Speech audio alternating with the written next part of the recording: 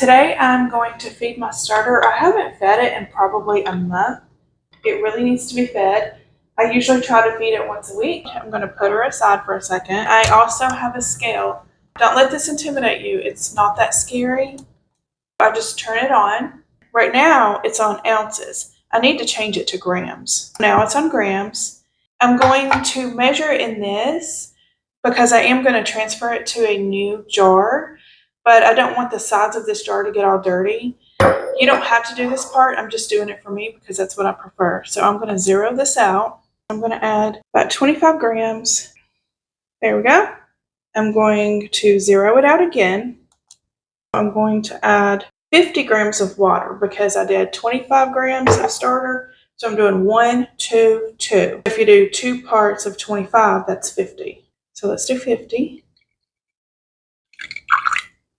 And do 2 parts flour as well. I'm going to do a little bit more flour because my starter looks a little runny today. We're going to do 52 to 55 grams of flour. Just a little bit more. There we go. Now what I'm going to do is just mix this. Take it off the scale. We'll just put the scale up and mix this real good. I like for the sides of my jar to be clean, especially since I usually only feed this once a week. I'm also probably going to put it on a warmer just because it hasn't been fed in a while. So to get her kind of back awake, then I'm going to put it on a warmer. I'll show you that in just a second.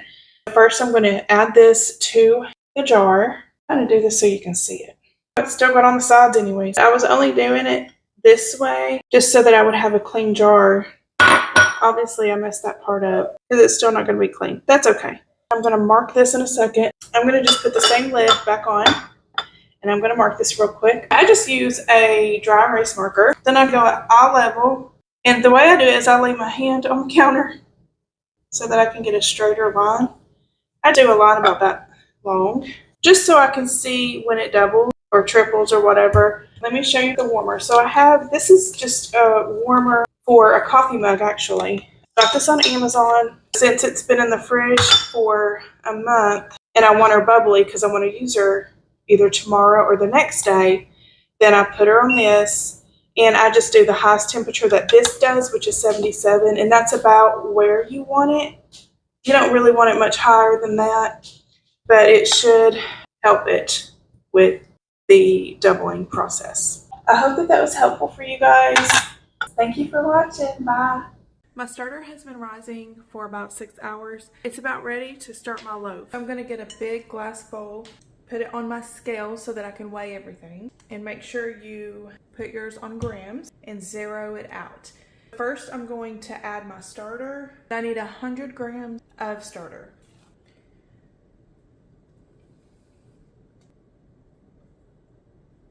I'm going to zero out my scale again. And we need between 320 to 330 grams of water. It's at 322, so that's okay. And then we need 485 grams of bread flour. I zeroed out my scale again.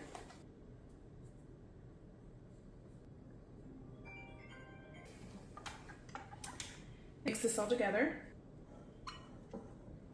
So as soon as I get this incorporated, I'm going to let the dough rest for 30 minutes. Then I'll add the salt, and then we will start stretching folds at that point. I'm going to put a lid on it and let this rest for 30 minutes. While we wait for that, what I'm going to do is I'm going to put a splash of water in here and the salt. First, I'm going to do the salt actually. So you do have to weigh out the salt. I do about 7 grams of salt. Okay. That actually ended up being 8 grams. I'm going to go ahead and add a splash of water to that. And whenever this is ready, it'll be easy just to add the salt to it. Okay, this has been sitting for 30 minutes. I'm going to add the salt now. Take my rings off real quick. Incorporate it in.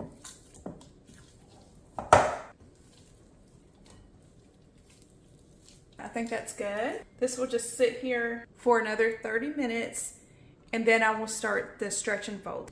I'm gonna do my first stretch and fold. I usually just leave it in the bowl whenever I do this, and you'll just take one side like this, stretch it up and pull it to the middle. Then you'll take the next side, pull it to the middle, the next side, pull it to the middle, and the last. That's all you do. We're gonna do that again in 30 minutes. We are ready for the second stretch and fold.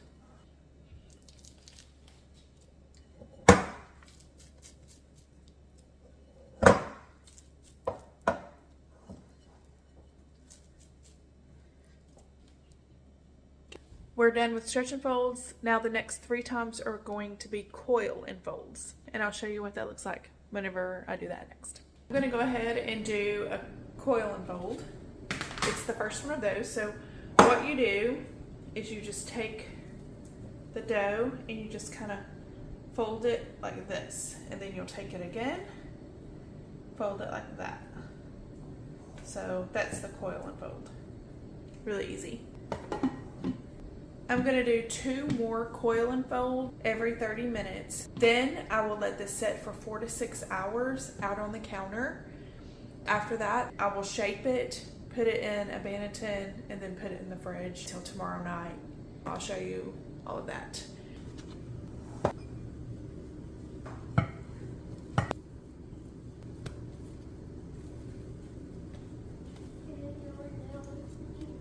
Just a minute. Well, are your hands clean? I'll let you put it in the banneton for me. But wash your hands. I'll let you put it in this, but you gotta wash your hands.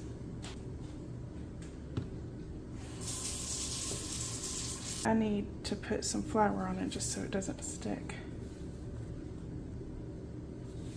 So just pick it up and put it in that for me. Yep, perfect. Good job. Good job. And then we'll cover it and put it in the fridge.